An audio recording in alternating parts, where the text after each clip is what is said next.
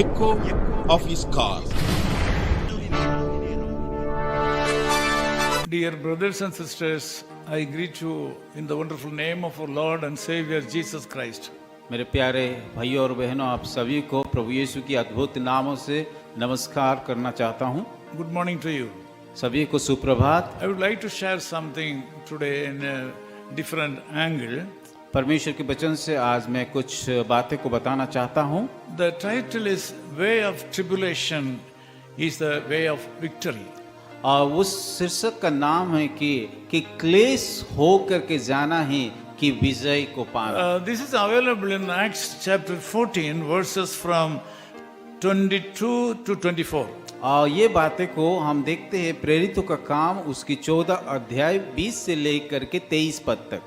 As an introduction, verse 19 says like this. और 19 पद में इस प्रकार लिखा गया है, Jews from Antioch and Iconium came there. They stoned Paul and dragged him out of the city, supposing him to be dead. परंतु कुछ यहूदी ने अंतिकिया के और इकोनियम से आकर के लोगों को अपनी ओर कर लिया और पौलुस पर पथराव किया और मर समझ करके उसे नगर को बाहर घसीट के लेके गए। Then after some time, verse 21 says, 21 पद में इस प्रकार लिखा गया है, they returned Iconium and Antioch और वो लोग इकोनियम से अंतियोक को गए and strengthened the disciples. और विश्वासी लोगों को दृढ़ बनाया। Nowadays, I have found that the prayers of new believers are being answered by God quickly and on time. और मैं आजकल ये समझता हूँ कि नए विश्वासी लोगों का प्रार्थना यीशु मसीह समय पर और जल्दी उत्तर देता है। I have also found that in the case of people like Paul, who has been called for a special work, the prayers are being delayed. और मैंने भी देखा हूँ और वो बाइबल में देखते पौलुस के जीवन में जिसको परमेश्वर एक खास उद्देश्य के साथ बुलाया है और उनके जीवन में जब भी उन्होंने प्रार्थना किया है उनका उत्तर विलंब से मिला। It takes some time to get reply for prayers. प्रार्थना का उत्तर मिलने के लिए समय को लिया गया था। God uses the weapon of delay for some people in the cases of good believers. कभी-कभी परमेश्वर प्रार्थना का जवाब देर में देता है who are loved by God. और जिन विश्वासी परमेश्वर को ज्यादा प्रेम करते हैं उन लोगों को प्रार्थना विलंब से मिलता भी है। In the case of the people, those who are prepared for a great work, God is delaying in answering their prayers. और हम देखते हैं कई लोग जो परमेश्वर का काम करने के लिए तैयार है उन लोगों को जीवन में भी प्रार्थना का उत्तर देर से मिलता है। God said, you have tribulations in this world.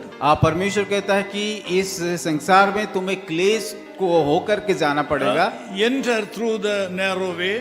और क्लेश को उठा कर कि एक छोटा सा रास्ते में होकर के जाना पड़ेगा। And in the case of Lazarus also, even though he has been died and buried, he delayed his visit. और हम यहाँ पे भी देखते हैं लाजरस जब कि मर गए हैं उसका प्रार्थना उनके परिवार का प्रार्थना का उत्तर देर में दिया गया। In the midst of all these kind of delays and tribulations, God has given a strong promise that He will lift you up in time.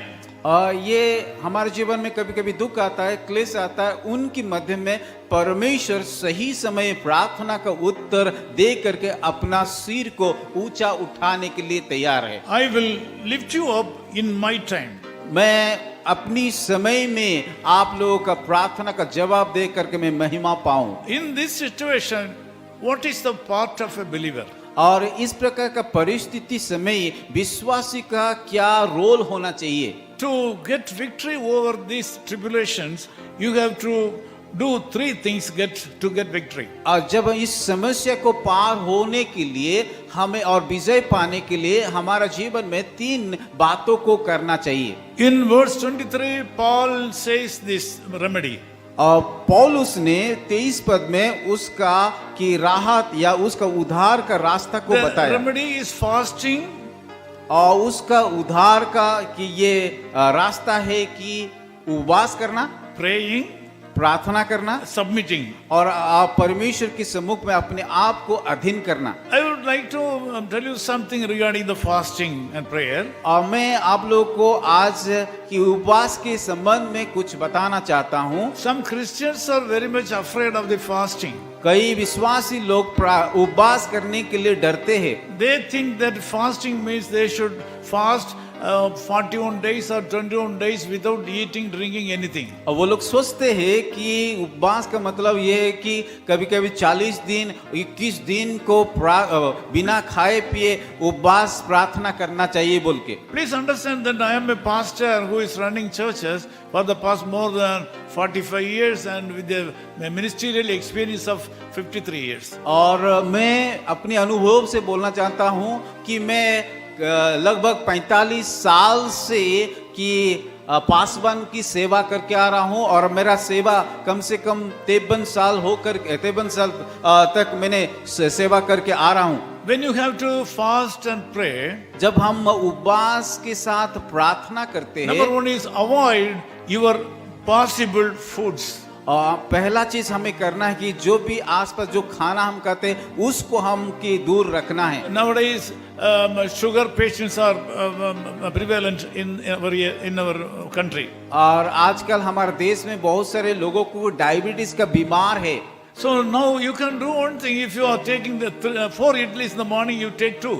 और अगर आप लोग 4 इडली रोज खाते हैं तो उस 4 को ना करके 2 खाइए। That's why I say avoid your possible food system. और इसीलिए मैंने बताया कि जितना हो सके उतना कि अपना खाना पीना को दूर रखिए। When you fast and pray, you should not do any job. You should sit in the presence of God. जब हम उपवास के साथ प्रार्थना करते कुछ बिना काम करे परमेश्वर के सम्मुख में हो करके प्रार्थना करना चाहिए। You sit or kneel down and continuously be with the Lord. चाहे वो बैठ करके या घुटने में आ करके परमेश्वर की उपस्थिति में हो करके प्रार्थना करना चाहिए। Pray fervently. अपना देश के लिए प्रार्थना कीजिए। Read the Bible. बाइबल को पढ़िए। Meditate the Bible. बाइबल को मनन कीजिए। Have a close fellowship with the Lord. परमेश्वर के साथ एक गहरा संगति कीजिए। Wait upon the Lord to get a reply from Him. परमेश्वर से इंतजार कीजिए उसकी उत्तर पाने के लिए। You can do this at least once in a month.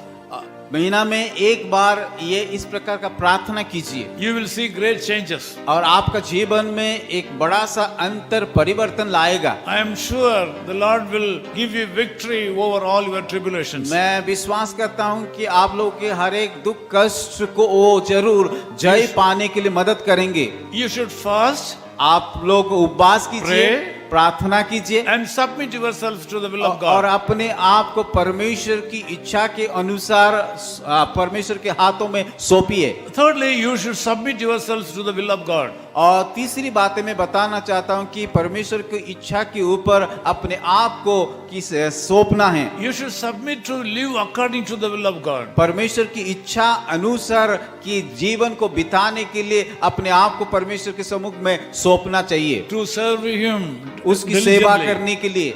And God will certainly do great miracle in your life. जब आप इस प्रकार करोगे परमेश्वर आप लोग को जीवन में जरूर आशीष करेंगे। Today, come to the point of doing all these things. आज हम निर्णय लेंगे ये सारे बातों जो सुना है उसको करने के लिए। God will certainly bless you today. परमेश्वर निश्चित तौर से आप लोगों को आशीष करेंगे। Thank you, Lord. Thank you for hearing my message. धन्यवाद देते हैं कि हमारा ये संदेश को सुनने के लिए। Let me pray with you. आप लोगों को मैं प्रार्थना करना चाहता हूँ। Loving God, we thank you so much for this wonderful time to speak to my people. यार खुदावन इस सुंदर समय के लिए हम धन्यवाद देते हैं कि आप लोग को आपकी वचन से द्वारा बातें करने के लिए मुझे मौका देने के लिए भी धन्यवाद। Lord, I ask you to continue to bless them. प्रभु मैं प्रार्थना करता हूँ उन सारे लोगों के जीवन में आप निरंतर आशीष कीजिए। This morning I ask you to bless this day and give them food, money and all helps.